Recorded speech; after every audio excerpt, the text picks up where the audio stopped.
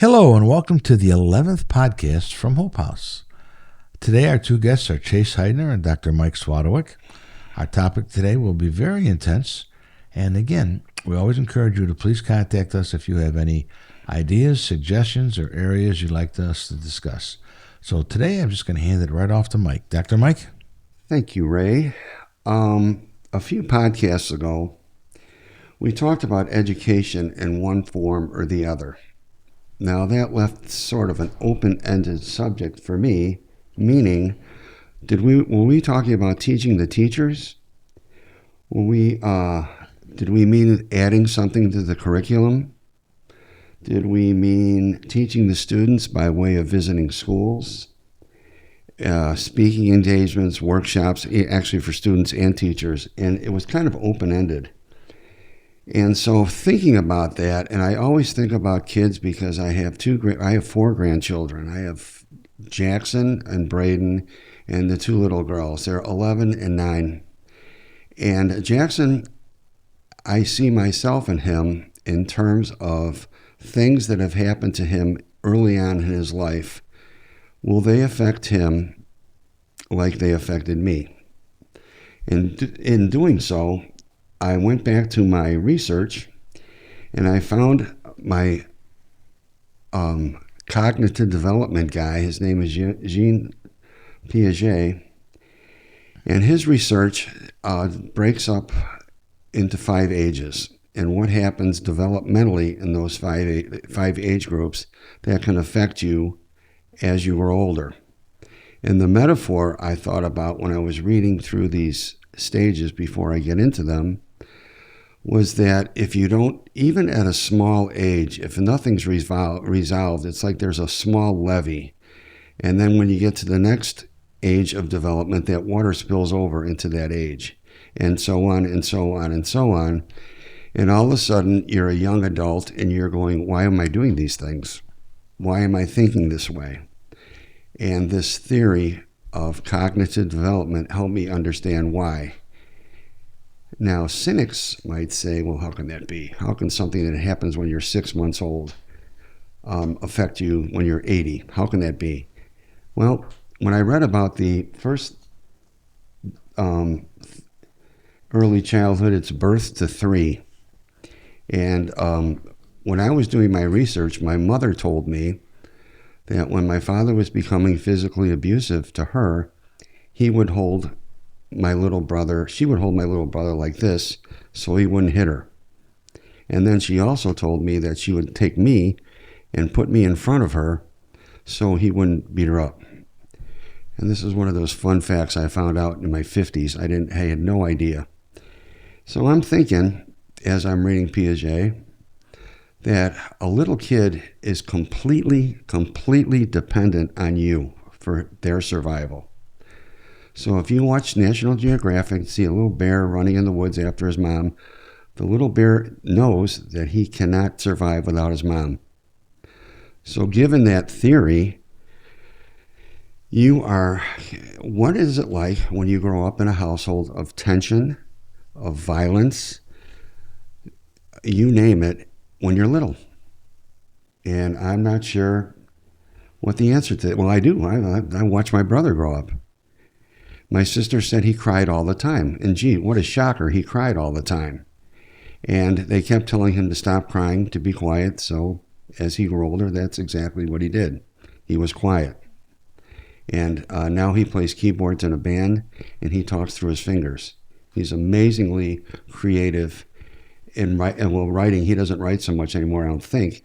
But I know that he does this progressive rock, which is really, really hard to play. He does it, and he's really amazing at it because he started playing when he was 5 years old. So I don't know, and we can jump in any time. I just find it amazing how it carries over. And John, I'm not going to get too technical because I think the point I'm trying to make is the point I just said. That how does all this violence in certain neighborhoods in our area, how does it affect little kids? How do they know that they can't walk down the street after 9 o'clock or sit on their front porch? I don't mean to generalize. I'm just generalizing. How do you grow up like that and have that little motor inside you wound so tight or running so high because you're literally you fear for your life or for your safety? I think that leads to Maslow, one of his hierarchy of needs. Their thing is safety. I think I don't know, remember the order, but food, safety. Food, shelter, safety, yeah. I think with them, it's just safety. Their head's on a swivel. They're always looking over their shoulder. If they're in a large group of friends, it's safety in numbers. But what can you do? Because that safety, I think the safety hints at there's a lack of trust. A lack of trust in the neighborhood, a lack of trust in the people.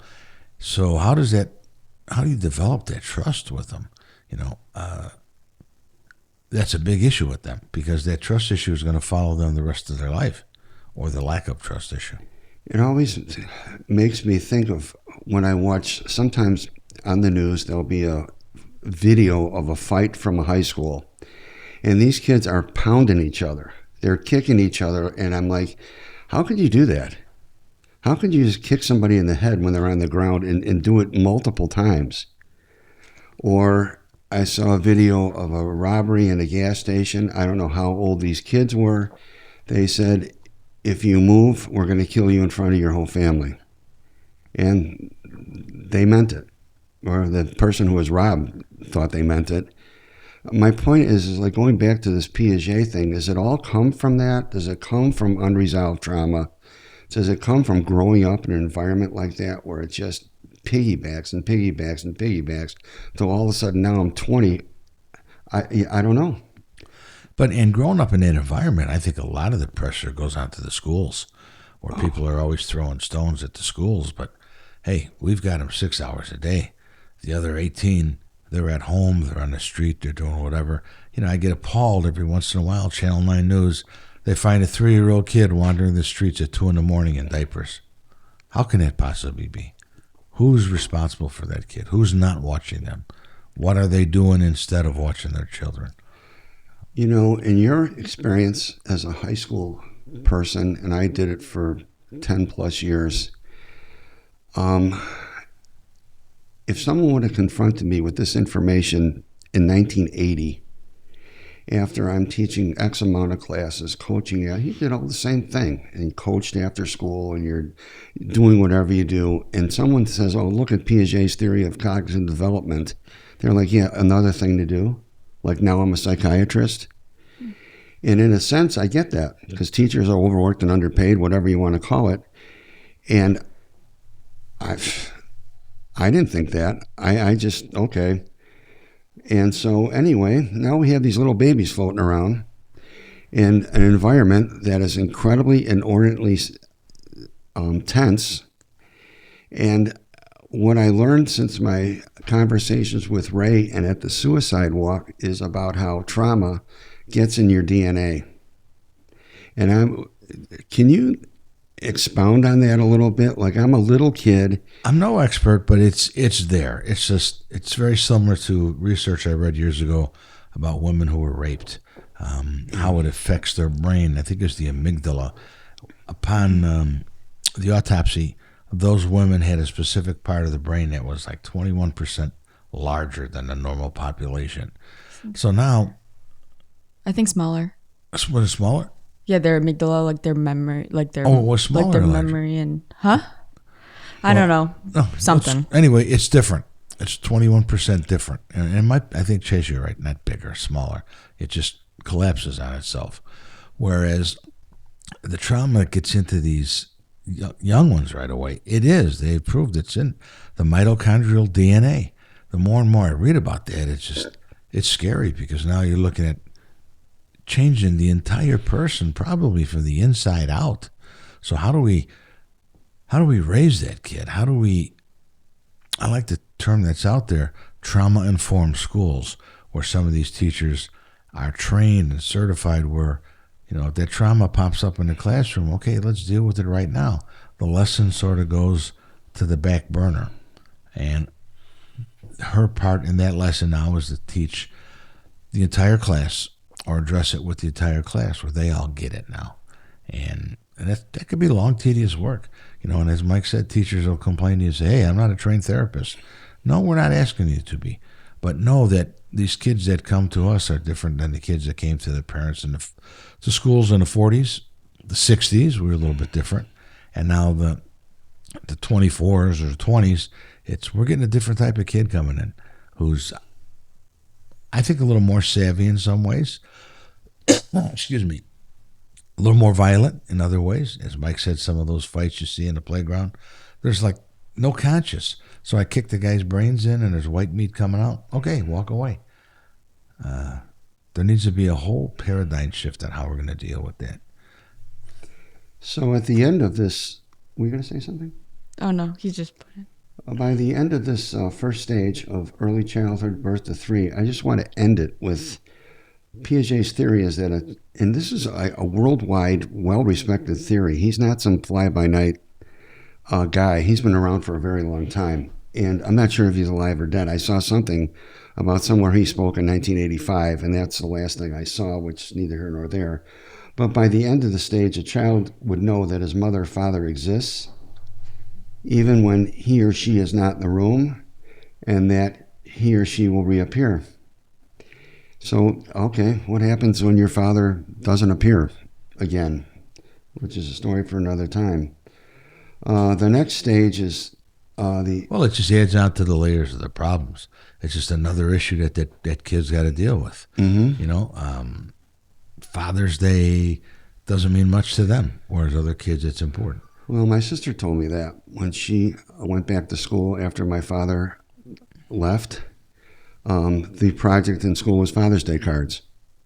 And she was the only one in the class that didn't do a Father's Day card. So talk about a stigma already multiplied by 3. This next stage, Oedipal complex. Ages 5 to 7. And this is how old I was when my father decided not to be here anymore. And I learned that a child's world at this stage completely revolves around him or himself. The child can see the world only from a self-centered perspective and expects everyone else to do the same. So, guess whose fault it was that my father died? You're right. I'm sorry. Childhood trauma is associated with increases in amygdala volume. Always increases? Yeah, you were right. What is the medallion? No, it's just a matter of... Whereas traumatic stress in adulthood is associated with reductions in amygdala volume. That's why, I got it confused. So it's one of those organs that is affected both ways. It can either expand or shrink on itself. That's interesting. Boy, those guys in neurosciences, my hat's off to you. There's so much there that that I need to learn, but there's not much more room left up here. Yep, sorry if it's a little choppy, guys. We had a little bit of technical difficulties, so that's I know fine. Dr. Mike was in the middle of... Stage 2. Stage 2. We were talking about when you're age 5 to 7, according to Piaget, you think the whole world revolves around you. And as the world revolves around you, that means everything's your fault. So that's what happened to me. I carried it with me until my 50s. And I didn't know I was carrying it with me. I went to see a shaman, oddly enough. And he was a Mayan guy who practiced this 3,000-year-old technique, and he's doing this therapeutic body massage. It wasn't anything but it's therapeutic, spiritual. And he said to me, something's living in you that's not good. And he never even met me before. So he starts to go to me. One of them was my abdomen. He goes, something's in here that's not good. You're carrying something. And then he went down to my feet and he started massaging my feet, and it hurt so bad I screamed and almost jumped off the table. And he said, what happened to you? And so he keeps massaging my feet. It keeps hurting like crazy. And all of a sudden, out of my mouth came, it's not my fault. So my guess was I was living with this my whole life, that you grow, everything's your fault. And unless you have someone to help you with that, it just goes in the file cabinet. And sometimes the file cabinet, as we talked about many podcasts ago, it opens for no reason. And there you are. No matter what happens, Tommy was late, my fault. It just amazes me. Chase hasn't got back to us on a telephone call. What do we do wrong? It's our fault. We both said the same thing. She's mad at us. No, And I did anyway. Mr. Padge. I know you. And Yeah, I know how I know. swamped I'm and learning, so overwhelmed we get. He's learning, but it's just like, no, it just happens. I know. My time management sometimes I can work on a little bit. well, you know what? That's great you say that because that's all it took. Yeah. I'm bad at returning phone. That's all you got to say, or in my world. And once you do that, and now I know the reason, it's never going to come up again. I can give that part of my mind time off. Yeah, I told you there's never a reason that I would ever be mad at either of you, and if I ever were, which that would be that'd be an unreality, I would let you know. And ironically enough, I wrote this 15 years ago, and it has to do with this stage. And it said, I wrote, it was also much later on in life that I came to the understanding that two people can get into a disagreement. And it didn't mean that one of the two people wouldn't be around anymore. Because when my dad he left. So anytime I thought if I would argue with, that was my model of behavior, was that there's conflict, you leave. And it stayed with me for a very long time. As I write, I was taught from an early age that fighting meant someone wasn't coming back. So how did you handle it? Did you just like internalize all that whenever there was an argument or something? You're just like, okay, it's me, my fault, I move on? We're all works in progress. And sometimes when you disagree with someone, you can just disagree with them. That took me like 30 years to just, because I would swallow it. And I remember I would just never say anything. Oh, he's so easygoing. I wasn't. And it was because this thing I learned later on through therapy and reading and witnessing violence affects a child's development for reality testing, the ability to distinguish what's real and what's not real. And my mom would always say my dad never put a hand on me. Occasionally she would bulk up and say, yeah, sometimes. My sister said it was like all the time. Or if it wasn't all the time, the threat of it was there all the time. And I grew up in that environment where the tension in the air was so thick. As a kid, that's why I bring this up. You pick up on that. You're always walking on eggs. Yes, that becomes your normal. Like the kid in an alcoholic family. I have 10 examples of just how hard it is for me to confront somebody, or to say, not even confront, just say how I feel. Because in my mind, they always left. So a lot of the friends I had, why did you become this person that you became the butt of jokes and all, never said anything? This is why. I grew up with it. And to me, that was the norm. And my mom, God bless her, she taught us that, that turn the other cheek, not all the time. And so, witnessing a child. Have you ever done like any exercises where do you like have a photo of yourself as a child? Yeah, it's on I have a Facebook page. The photo of me as a 5-year-old, yeah. And that was when I first did this blog, I put that picture up there because who would have known? It was like when you go to the suicide walk and you see pictures of people who have committed suicide, you never guess in a million years. If you see this little picture of me, you never guess. What kind of exercises are you hinting at? Do you have a specific one in mind? Yeah, none that I've ever really done, but I've heard, through other psychiatrists or psychologists talk about or, do this exercise with my friends, right? So it's kind of how, if you can, go back in your mind and be confronted as an adult with, childhood you, like how would you take care of yourself? Kind of walks, like, and there's stages to this. That's like Gestalt therapy, mindful. Right? Because I used to use that in Barrington with the really smart kids. What they call it, the empty chair, where I would have you as Chase, 21-year-old great kid, talking to Chase at age 7 when she found out her caretaker had died. And then I would have you reverse it. You would be the 7-year-old talking to the older one. And that's good work, tough work. I don't understand it all. Fritz Perls was the guy that introduced it to me through our professors at Northeastern, and it's just a tremendous psychological technique. It really is, because you could see the person morph back into the 5, 7, 8-year-old, whatever that day was or that age was when that situation happened, when the trauma happened. That Gestalt theory I never heard of until I did some of my work in progress work. And I guess what was recreated for me was finding my father in this group of men. I told this story before, and they told me, your father's out there just looking someone's eyes. And I was 42, and he took me in his arms and said, I never meant to leave you. We recreated 6-year-old Mike, and it was incredibly powerful, and I couldn't stop crying. And I mean, I cried for a long, long time. It was like 40 years of crying came out of me. And I felt, given the right circumstances and the right administration of that technique, I think it's great. So, yeah, I put that picture of me on my blog at somewhere because I wanted people to see the little me. That you would have never known all this happened to me before I was 8 years old. And I was also, anyway, getting back to now, the next one is 8 to 12. And this is, he describes this as concrete operations.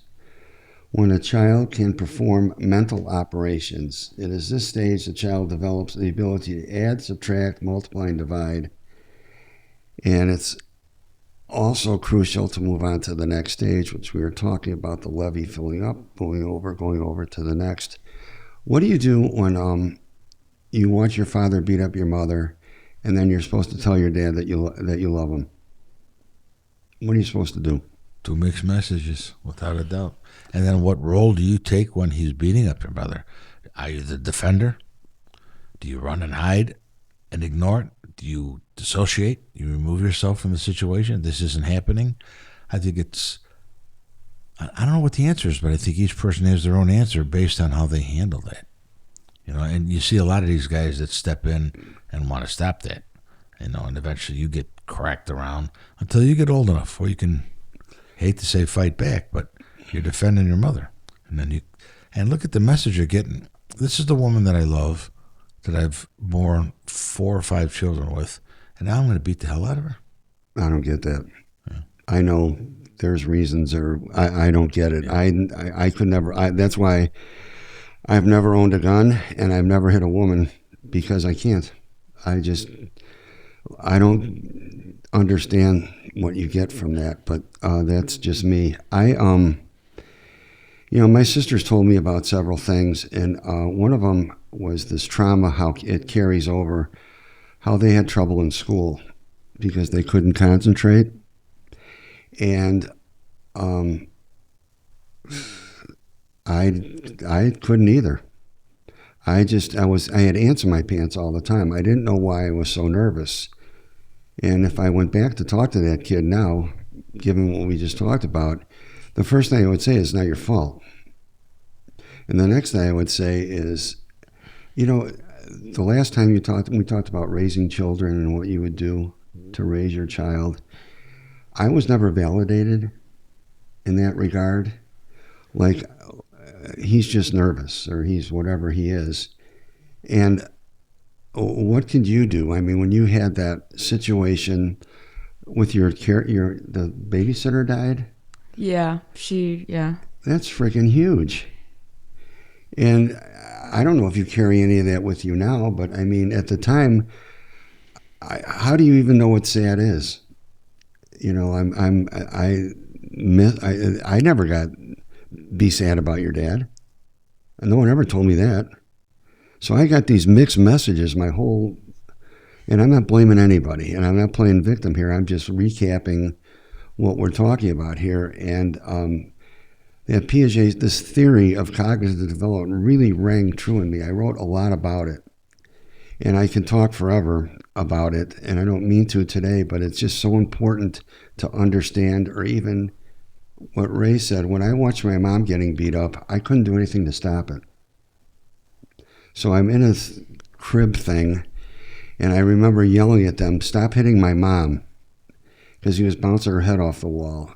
And he stopped, they closed the door, and he kept beating her up. That image is in my brain forever.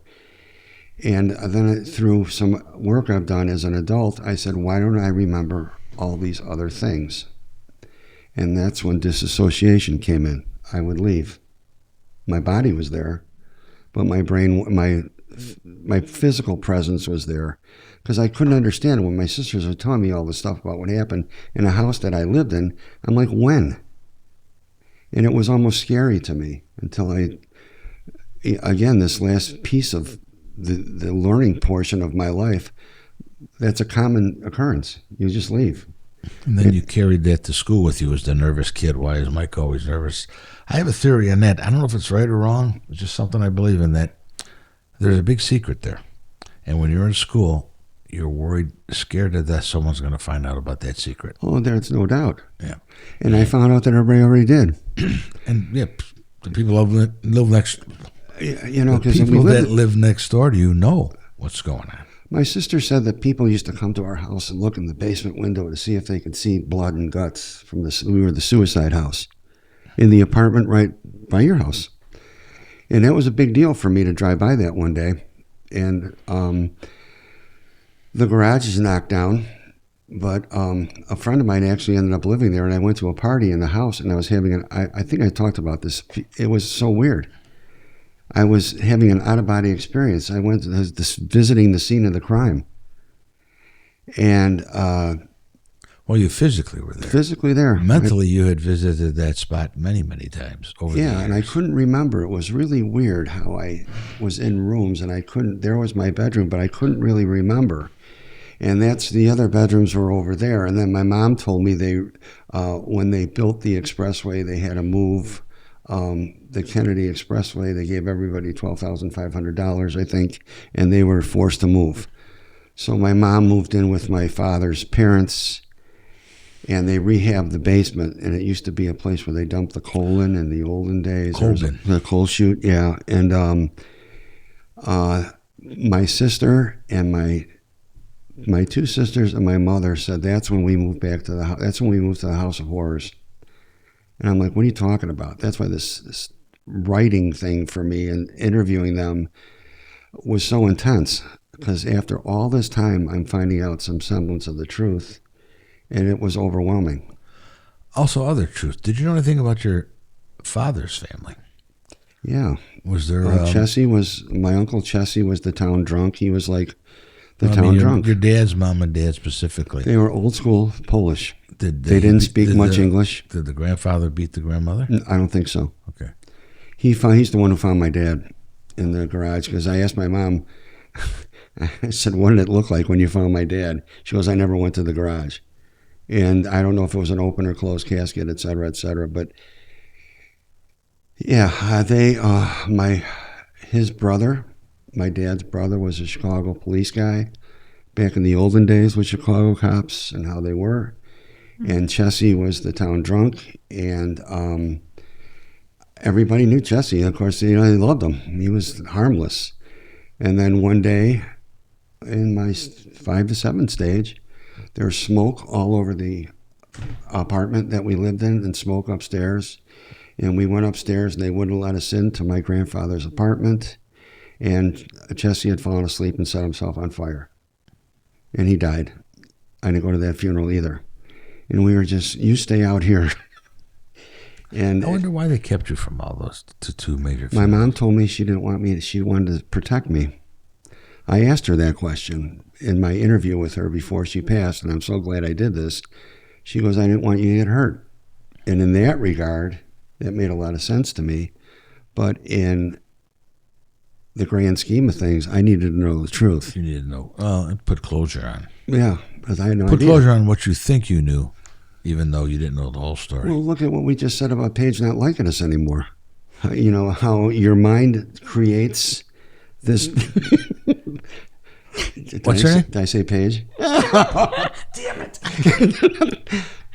Why That's so funny. You I don't are know. somebody from another part of my. I don't even know a Paige. I am. That's so bizarre. I'm telling you, I don't know why people call me Paige. I don't know that they did that either. I mean, oh, That's so God, bizarre. That is hysterical. It's funny when you grow up and reminisce and do this, and then all of a sudden I look to you. I know who you are.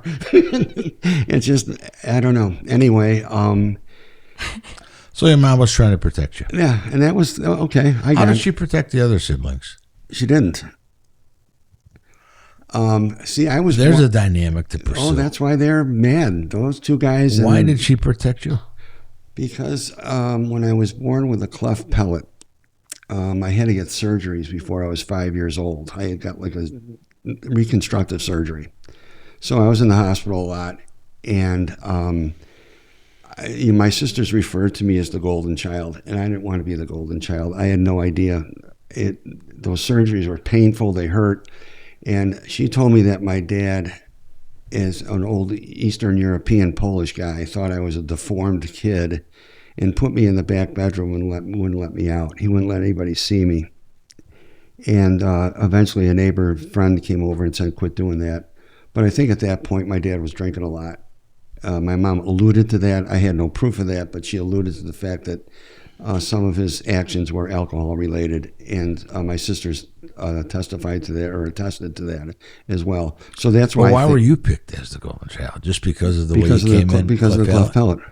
Now, when that was fixed, did anything change, or were you still the king? You know what happens is, okay, now the surgeries were done. I had years of rehab, and I remember they set up this glass menagerie thing in the basement, and I had to blow colored liquid through the glass. And as my mouth and muscles became stronger, I would blow it farther and farther. And when that was done, I went to a speech camp in Rockford. I don't know how old I was. And then after that, I had to periodically see this plastic surgeon. His name was Dr. Slaughter, oddly enough. And I would go to the doctor's office downtown with my mom, and it was you know this because you're older, when these women were taking this drug, and it was making these babies come out with flipper arms. They were called Thalidomide. Yeah. The office was full of these kids with Which flipper was arms. in the original, like Pepsi and Coke, wasn't it? I don't know. It was a chemical, I think, involved in a drink. It's called thalidomide. So my normal was going to the doctor's office and seeing these kids with little arms. And then seeing Dr. Slaughter, who was very old school, and I don't know how much he believed in anesthesia or anything like that, but there's an old Blackhawks player named Bobby Hull who got his face smashed by a hockey puck, and he went to see Dr. Slaughter to fix his nose and fix his face. And so that was my claim to fame as a kid, but I had to do that. And then when I was in high school, or 7th, 8th, and 9th grade, I had braces. I had to go to an orthodontist, a special orthodontist that would understand the fragility and the nature of my roof of my mouth. So I would go downtown to Dr. Handelman and see him. So that it never really ended in terms of ending. That story is still there. When's the last time, and it's just for my own, when's the last time you mentioned Dr. Handelman's name? Out loud, probably about 35 years ago. And right now it's just rolling off the tip. So you have a huge story to tell. One of these podcasts, we're just going to let you start from day one and just roll. You know, I thought about the fact that when I was little, I was in the hospital. I remember stuff from being in the hospital. I remember having a stuffed animal named Gregory, and he was on the gurney with me going into surgery. And the nurse said, Gregory can't go into surgery with you. We'll take him and he'll be here when you get out. And he was gone. And I was little. And then they tell you not to cry because of the nature of the operation will put stress on the roof of your mouth. So I wrote about that. I go, now I guess I know what loss really, that was my first loss. And then my dad. But the whole thing, this communication thing and this Piaget thing, if you look at a little kid, like I look at my grandson, and the worst thing that you can say to him is, why did you do that? He has no idea. He's 10. He's 11. And I don't know what he did for all those years in counseling, what Ray did in Barrington. That's a hard job. because it's almost like you're a cop. I don't know how people are. That people come in and see you and just say, "Hey, how you doing? Here's a piece of candy." I mean, normally, Yeah, kids would just come in and check in, or I'd have kids check in when we discover something was wrong or there was a big problem, or Barrington, they're all worried about going to the major colleges where, hey, it doesn't matter where you go, just get the education and do what you got to do. And I know many people argue with me about that, the Ivies and everything, but find what your purpose is, pursue it, master it, and then share your gifts with others. I mean, that's a very simplistic way to put it, but I think that's why a lot of the kids enjoyed coming in. I never put that pressure on them. I'd give them the guilt once in a while when they did something incredibly stupid, but I said, guys, I wrote the book on stupid. You want to talk about some incredibly goofy things, even I do at age 70, I got to calm myself on it. But no, it's hard, but in some ways it's easy, because I think, we'll point across the table at her, the type of kid who's going to keep everything in, internalize a lot. But when you asked her something, be ready. She was going to give you the answer. So that's why you got to be ready in counseling. Not just how are you or you're fine. I think we talked about that FINE acronym before. It's just a great way to get out there and help the people, help the kids. And hopefully they pass it on. And if I can go back to your first comment, I don't know if it's on there because of a technological issue, but you were talking about training the teachers and training everything else. I had a difficult time with a lot of people. They had a difficult time with me because I thought we were wasting money on suicide training for the teachers and the counselors and all that stuff. No way. We need to train the kids, not to become counselors, but to recognize the system, the symptoms, because they're at the parties on the weekend. They're doing the drugs. They're doing whatever they're doing at a carnival. Those kids know. So I just developed something that we developed with the Lakota people called OPQRST, Observe, Presence, Question, Stay Safe, and thank the Creator for helping you help somebody else. But just, you're at a party and I see that face over there that is real long and things aren't happy, everybody's having a great time, and go up and ask them, what's wrong? What's going on? And don't be afraid to ask them, are you thinking of hurting yourself? A lot of people don't like to do that. To me, if I get 2 out of 100 to get angry with it, that's okay. At least they know that people are concerned that way. But so I was always an advocate for training the kids to do that so they can recognize it. Then when you're coming in on Monday after a weekend party, you're not ratting on a kid or what do they call it now, narking on a kid, but you go to your counselor and say, hey, we had the situation this weekend, what do you think? And then put it in the counselor's hand, because that's our job. Our job is a mandated reporter, but also we're mandated to help maintain safety, I think. So if a kid comes in and tells me about Johnny X, I do feel a responsibility, even though he's not on my counseling load, to go help see if that kid's okay or he's in distress. Chase, what were you like before you? When were you assigned Ray as what year in school? Freshman, sophomore, junior? Freshman, right away. He was, For all 4 years? yeah. And how did you feel walking in there for the first time, looking at that?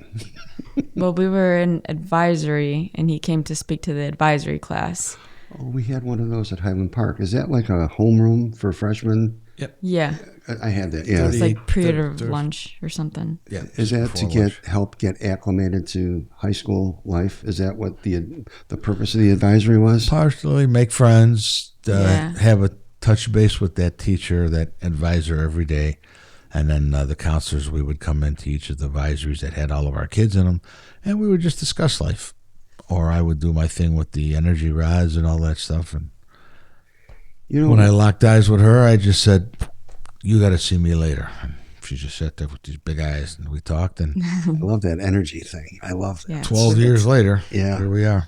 It's like we knew each other. Yeah. 14 years. Is it 14? 28. Wow. You get it right. That's amazing, isn't it? Yeah. It's. And then it didn't help that, I was always over there fishing because they had one. Oh, I didn't realize that the fishing was back in those days as well. Oh, I've been fishing there for a long time. It's some of the best fishing around. So, they're at the pool. They're with a bunch of friends. I'm just passing through. How you doing? Have a pop. Have a Coke. Her mom is like the most welcoming lady in the world. Whenever I got there, she always made a big deal. Oh, Mr. Pagetini's there. Just please call me Ray. She would never do that. Same thing with your dad. He calls me Mr. out of respect, which I just thoroughly enjoy that. Not that I want it, but You've been at your wedding. Oh, Mr. Pagentini, thank you for coming. Rick, I wouldn't miss this for the world.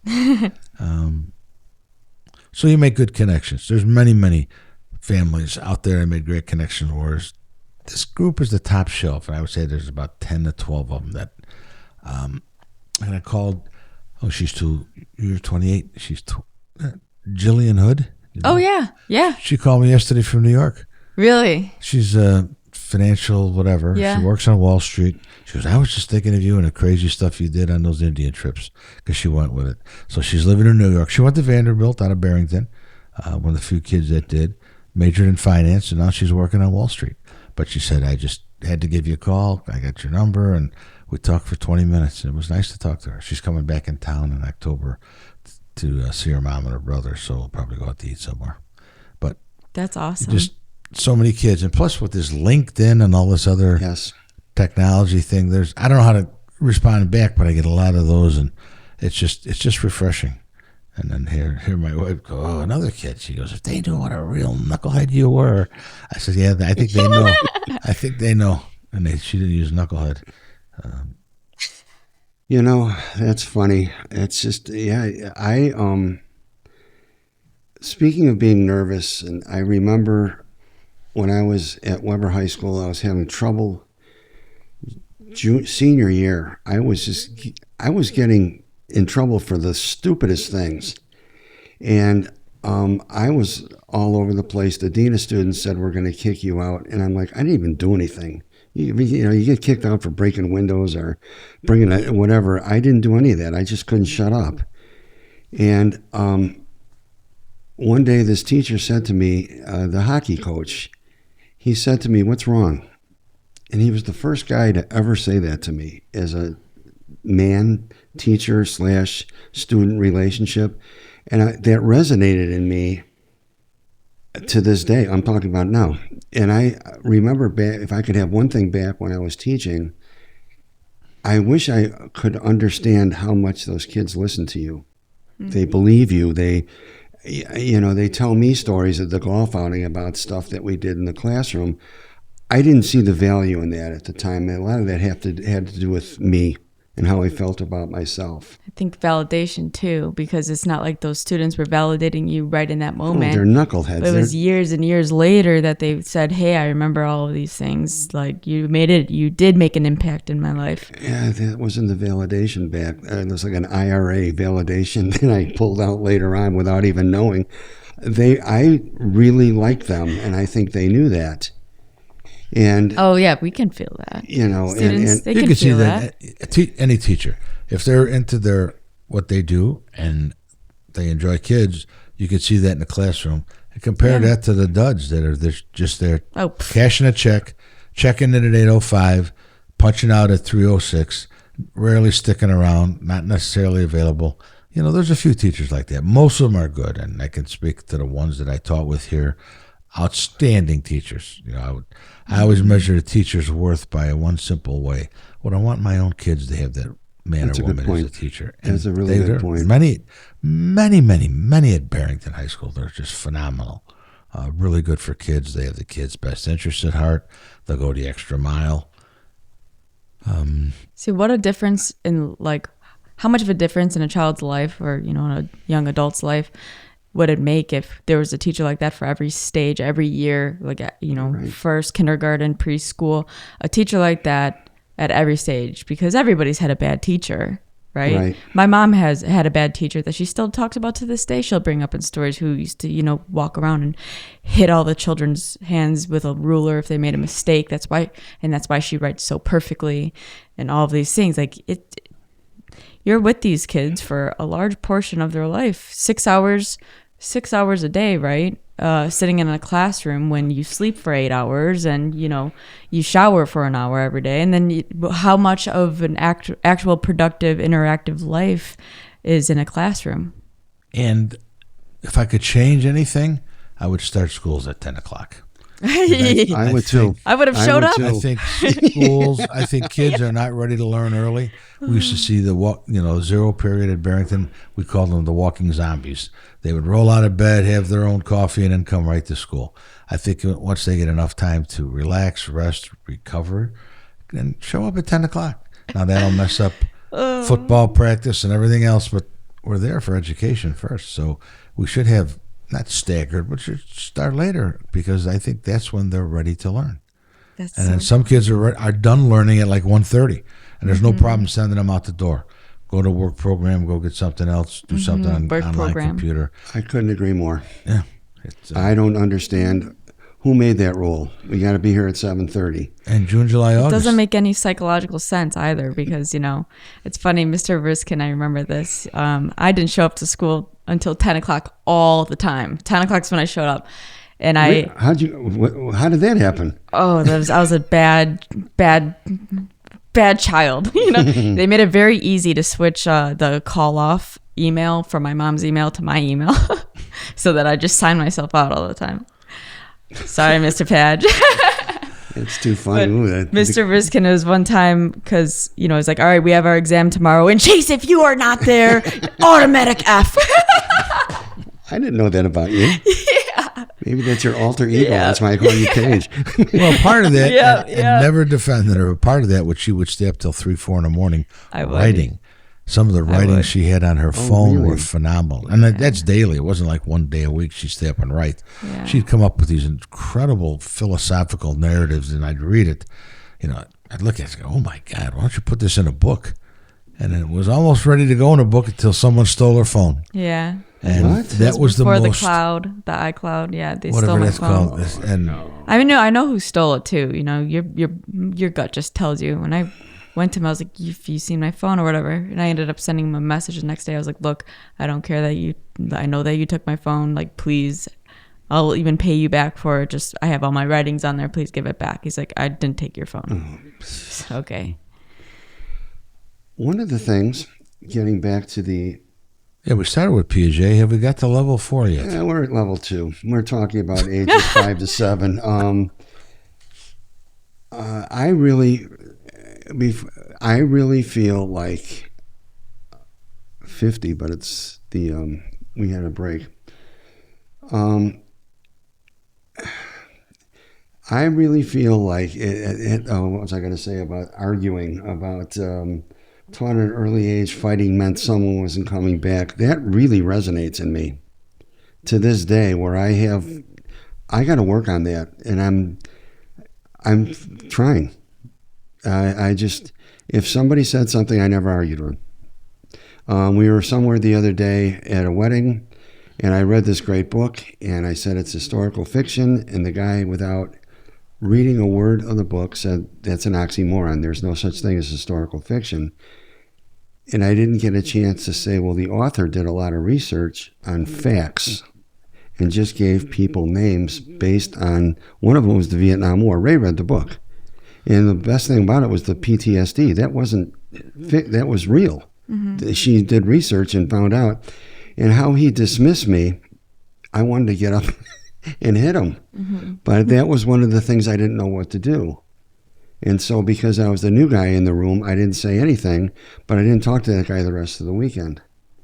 What's the point? And maybe that, it depends on it just depends. That thing with the high school teacher, Ray and I went to Northeastern. That was a long time ago. Remember we sat in that circle about potential teachers?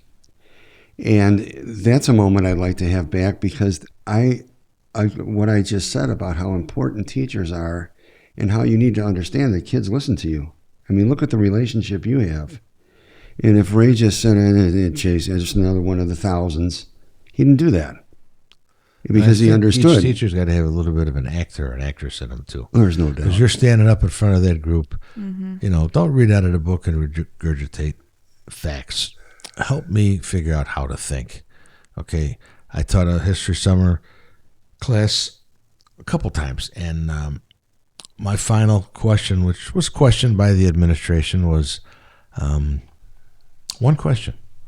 What would the world be like today if Hitler won the war? And that was the final question. Some of the kids who are quiet, they wrote for just pages and pages.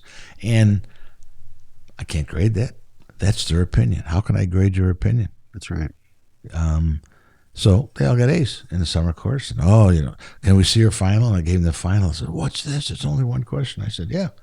they learned a lot of other stuff because during the course of the summer course, you know who's getting it. You know who's getting the concept, or the kid that wants to fight you on something because he's thinking different. That's great, you know. So I think just going back to what we said about schools, it's just it's hard work for teachers because I think these generations coming up, I don't want to say they're smarter. They just have more knowledge. Because if I ask a kid a question nowadays, they look at me with a blank stare right to the phone. That phone knows everything. Mm-hmm. I'm amazed at that phone. I think there's a bad rap on younger people these days. I saw first class in my doctorate program. This woman did her dissertation. It was a movie, and the movie was about teachers. So she interviewed somebody that taught 2 weeks and quit. She interviewed someone who taught 20 years, and then she interviewed herself. And she said, this generation, well, this was in 2010, so I'm not sure which generation it would apply to now, was the smartest generation out of them all. And she said it's such a shame they get such a bad rap because all the technology that they know did not exist when we were growing up. Mm-hmm. You know, you look at old movies and they still have dial phones. The cell phones are like bricks with an antenna, and we've come so far for that. And there's so much access to information. Does it make the kids, you know, going back to Piaget, the kids they can't understand what they're seeing? I think, you know, one of the stages they talk about, my grandson goes, "You know how to get hot fries every time you go to McDonald's?" He goes, "Order them with no salt, and they have to make them special." He's 10. And in his mind, I thought that was brilliant. And, you know, and getting back to somebody who's witnessing and growing up in a domestic environment or a violent environment like I did, how was a 12-year-old sister of mine, what was she supposed to think? You know, she knows that she saw her mom getting beat up. She knows that her dad beat her up, but she doesn't have enough, she has no psychological background. She has no way to protect herself except scream and yell and try and run away. And research, I think, shows that those people are attracted to that type of a person as they get older. That's scary. The irony in her, though, she married this guy who was a child rights activist. And he's very soft-spoken. She did that on purpose. And we talked about that in the olden days, how this guy's a great guy. And if we talk in this room, you can barely hear him. He's an attorney. He's really good at what he does, and he cares. And before we were here 3.5 years, the last one is the adolescent stage, and to me this was the most important.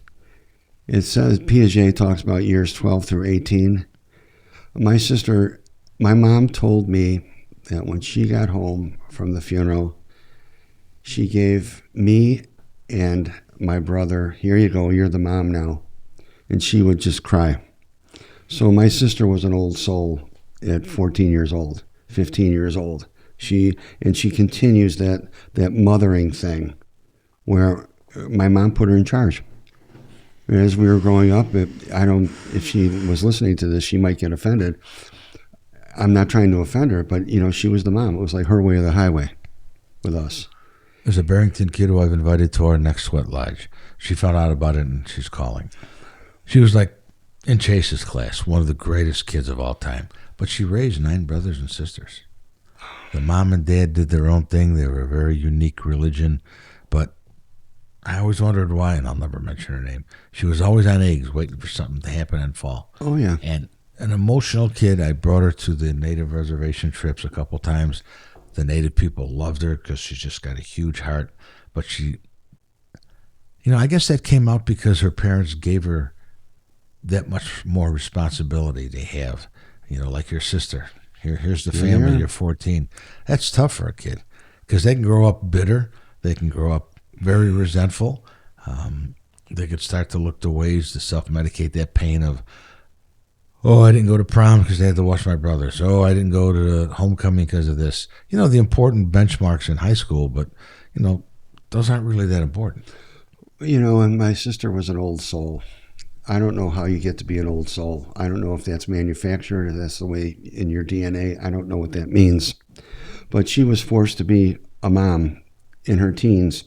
And I'm not so sure. I think what you said, well, she ended up marrying a guy like my dad. And so they're not together anymore, which is neither here nor there, but which led me to think about when you said about my other sister, when you get older, don't you go to what you know?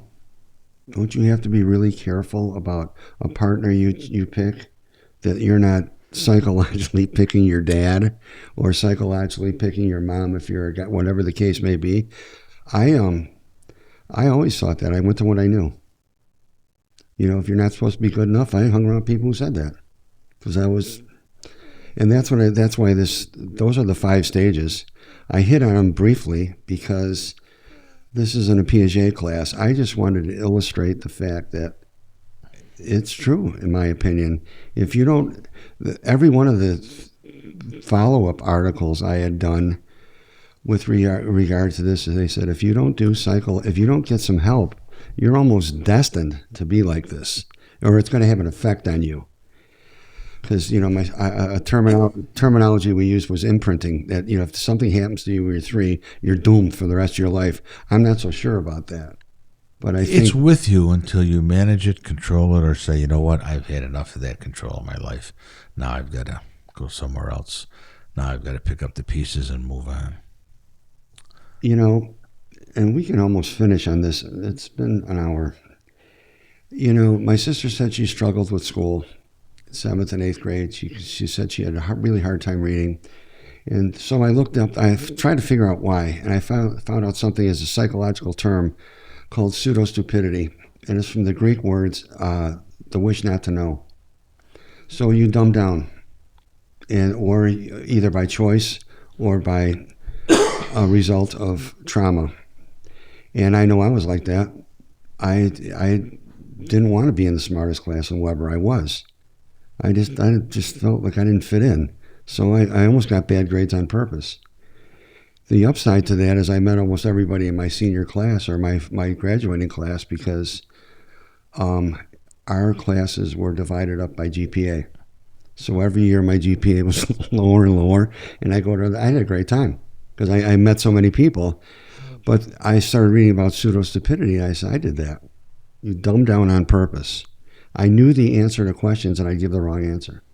And I was like, what am I doing that for? Self-sabotaging yourself. Yeah, well, it's all of these little podcasts have little biddies that if we got a greatest hits album, it all ties in, because one is the result of another.